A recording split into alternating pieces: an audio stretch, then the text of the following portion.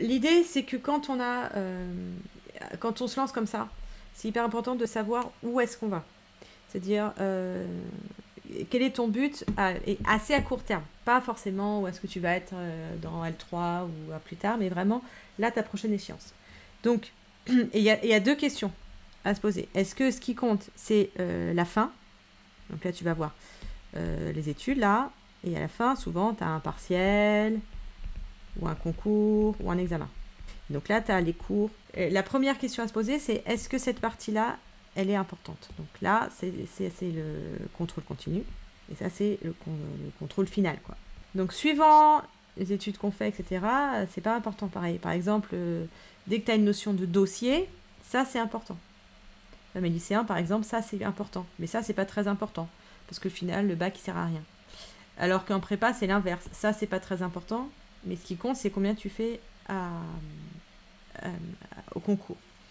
En fac, bah, il faut que tu réfléchisses parce que ça va dépendre des UE. Donc, par exemple, si tu as une UE, là, que tu me disais, où tu es au rattrapage, finalement, il n'y a pas de contrôle continu, bah, ce qui compte, c'est ça. Il y a quelque chose que font souvent les élèves qui est une mauvaise idée, c'est qu'ils travaillent à fond pour le contrôle continu, mais court terme, plus court terme, plus court terme, plus court terme, ça ne fait pas long terme. Et si tu veux, là, ce qu'il faut, c'est qu'entre le moment où tu l'as vu en cours et le moment où il y a là, il peut y avoir plusieurs mois. Donc, il faut que tu l'aies retenu. Alors que quand le contrôle continue, il faut que tu l'aies en tête que pendant une semaine. Donc, en gros, ce que font certains élèves, c'est qu'ils bossent pendant des fous, ils bachotent la veille du contrôle continu, ils bossent beaucoup. Et puis après, à la fin, il ne reste rien. Donc ça, c'est quelque chose qu'il faut éviter. Ce qui est important, quand on ne travaille pas le contrôle continu, quand c'est ça qui est important, c'est important de ne pas réviser trop les contrôles continus. Donc 1 heure, 1 heure et demie de révision, ça suffit. Pas plus. Sinon, on perd du temps. Plus, si on fait des plages trop grandes, ça ne rentre pas suffisamment en mémoire et au final, sur le long terme, on n'y est pas. Donc un contrôle, un DS, un DST, enfin, quel que soit le nom, ça se réveille 1 heure et demie maximum.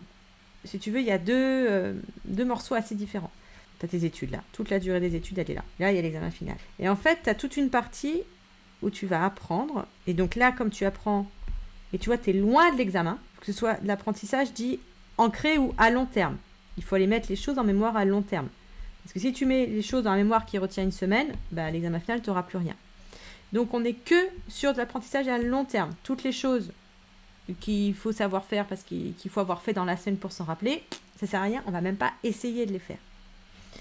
Et là, il y a toute une deuxième partie, du coup, où on va être sur la phase de révision. Et là, inversement, c'est plus le moment d'apprendre des nouvelles choses. Donc, la taille de cette période de révision, ça va dépendre de est-ce que ton programme, est-ce que c'est important, la taille de tes études, etc. Mais en gros, c'est 3 à 6 semaines. Moins de 3 semaines, c'est pas suffisant.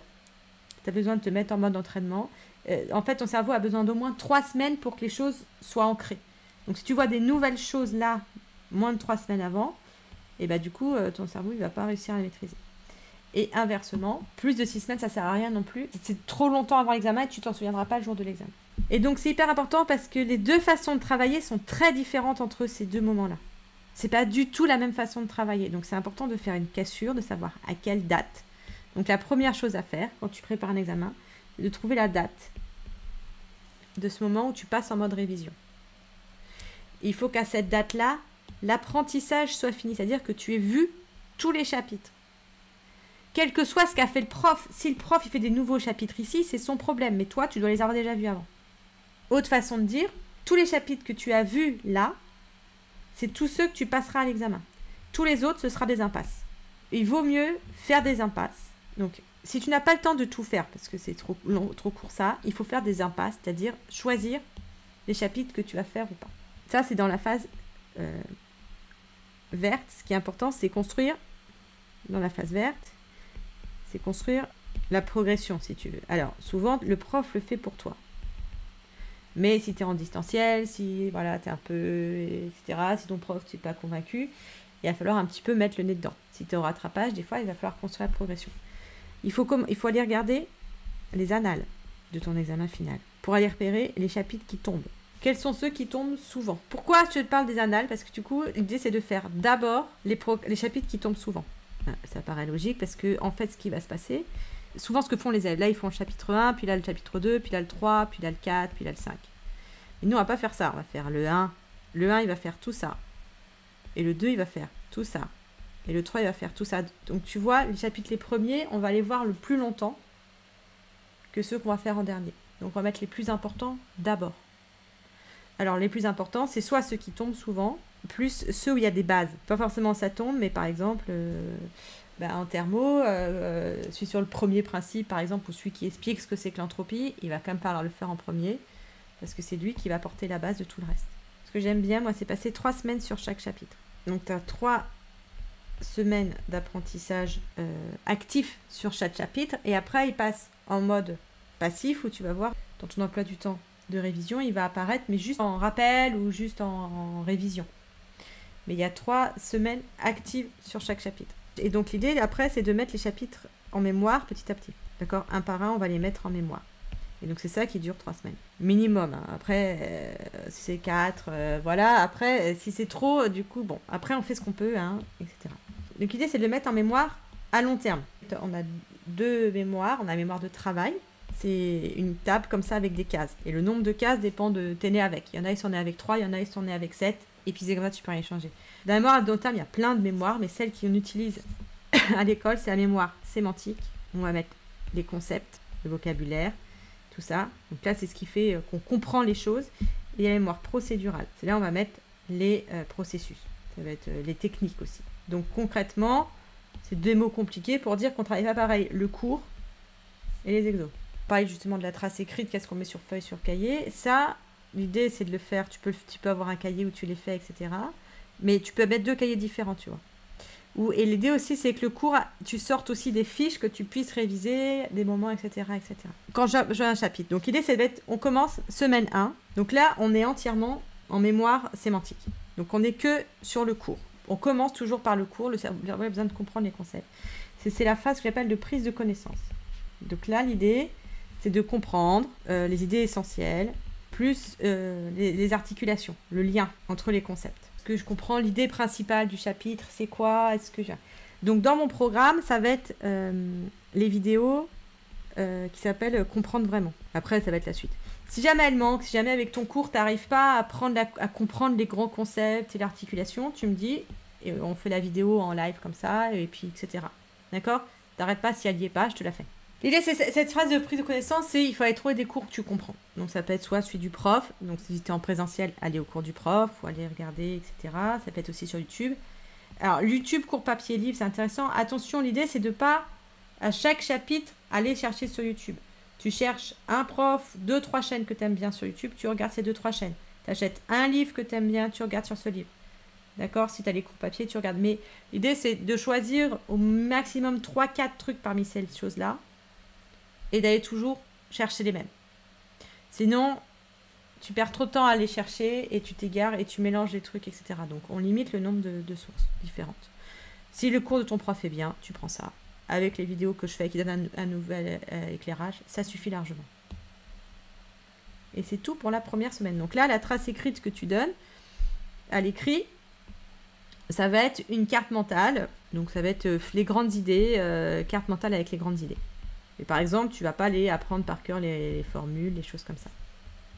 Ça, c'est la semaine 1. La semaine 2, tu as le cours, tu as la partie dite codage, et tu as les exercices, la partie 1 que j'appelle modelage. Le cours, le codage, c'est-à-dire qu'en gros, tu as compris les gros principes, mais là, il va falloir le rentrer en mémoire à long terme. Ça ne suffit pas de comprendre les grands principes. Il faut rentrer en mémoire à long terme. Plus aller dans les détails. Donc bien comprendre tous les détails, notamment apprendre les relations mathématiques entre les grandeurs. Donc apprendre ce que vous appelez les formules.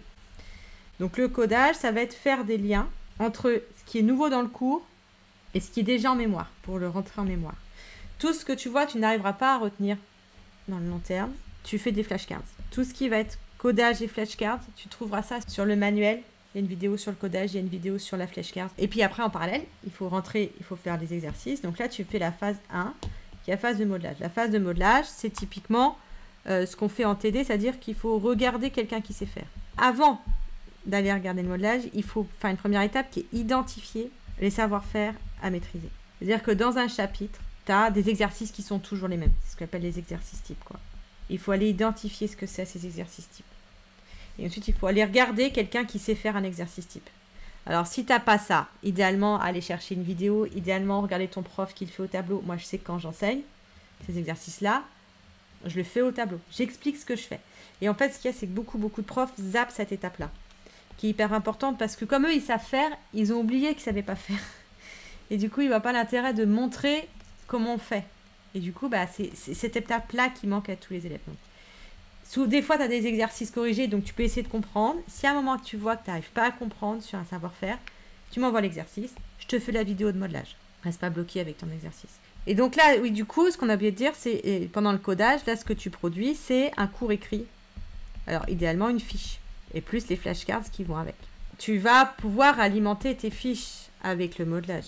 La semaine 2, c'est le mode où tu écris ton cours en le comprenant. Donc, en fait, ce qu'il faut voir, c'est que écrire le cours qu'on a déjà là dans le cours papier, dans le livre ou dans le cours du prof, ça sert à rien. Donc, en fait, on le fait jamais. Là, on comprend les grands principes. Donc, on fait une carte mentale. Là, on va aller dans les détails. Donc, on écrit le cours, mais c'est pas un cours qu'on va reprendre, c'est juste pour vérifier. Tu iras voir dans la vidéo sur le codage, je donne un exemple. Donc, ça fait une sorte de cours avec des images. Mais il n'y a pas de grand 1, de grand 2, etc. Et en troisième étape, donc c'est le cours mémorisation, où là, on va faire la fiche. Dans cette fiche, on marque justement une des choses à retenir à long terme. C'est un peu souple, hein, tu n'es pas obligé de faire là un cours écrit et là une fiche, tu vois. Si tu fais une fiche que tu écris sur les 2 semaines, ça va. Et comme on disait, le modelage, il va venir rajouter des choses sur cette fiche. Si jamais tu dis, ah, ben c'est vrai, dans les exercices, je vois qu'il y a telle notion que je n'ai pas maîtrisée, qui n'est pas écrite, hop, on le rajoute.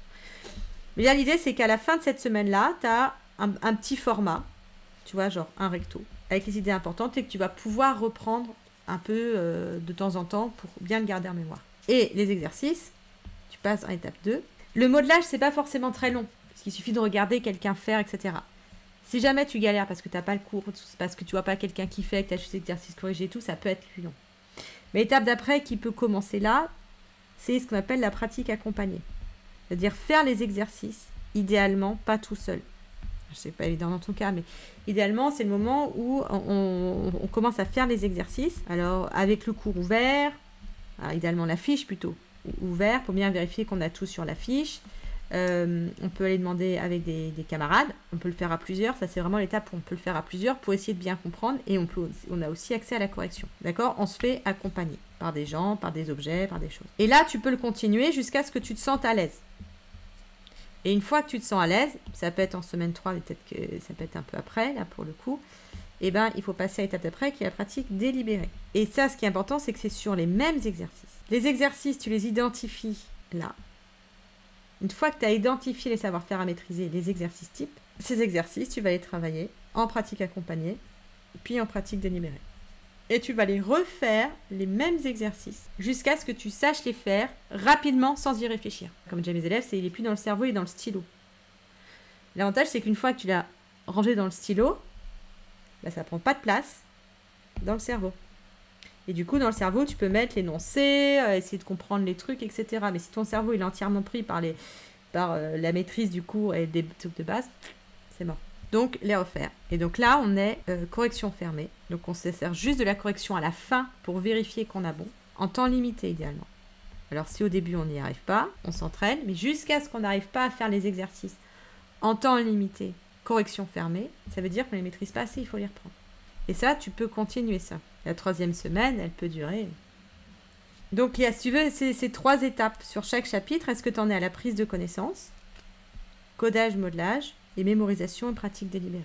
Et la 3e étape, une fois que tu les as mis en mémoire, c'est organiser ce qu'on appelle l'ancrage musique, c'est la mise en mémoire profonde, on va mettre. Il y a les choses que tu vas retenir quelques jours et les quelque chose que tu vas retenir quelques années. Et le but, c'est que tu les mettes plutôt, comme on est dans la phase, tu sais, où on est loin de l'examen, pouvoir le mettre en mémoire à long terme.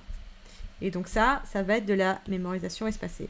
C'est-à-dire que ton chapitre, cette phase-là, il faut la refaire plusieurs semaines 3 à refaire. Donc en semaine 4, peut-être que tu ne vas pas voir ce chapitre, mais la fois d'après, tu vas relire la fiche. Et dans tes séquences de pratique délibérée que tu as, l'idée c'est d'avoir dans la semaine pratique délibérée ici, pratique délibérée ici, tu vas refaire un exercice de ce chapitre. Puis 3 semaines après, puis 4 semaines après, tu vois. Donc tu te fais un planning comme ça. Tu as 10-17 janvier, ensuite 17-24. Et l'idée c'est que tu vas comme ça jusqu'à la date qu'on avait dit là.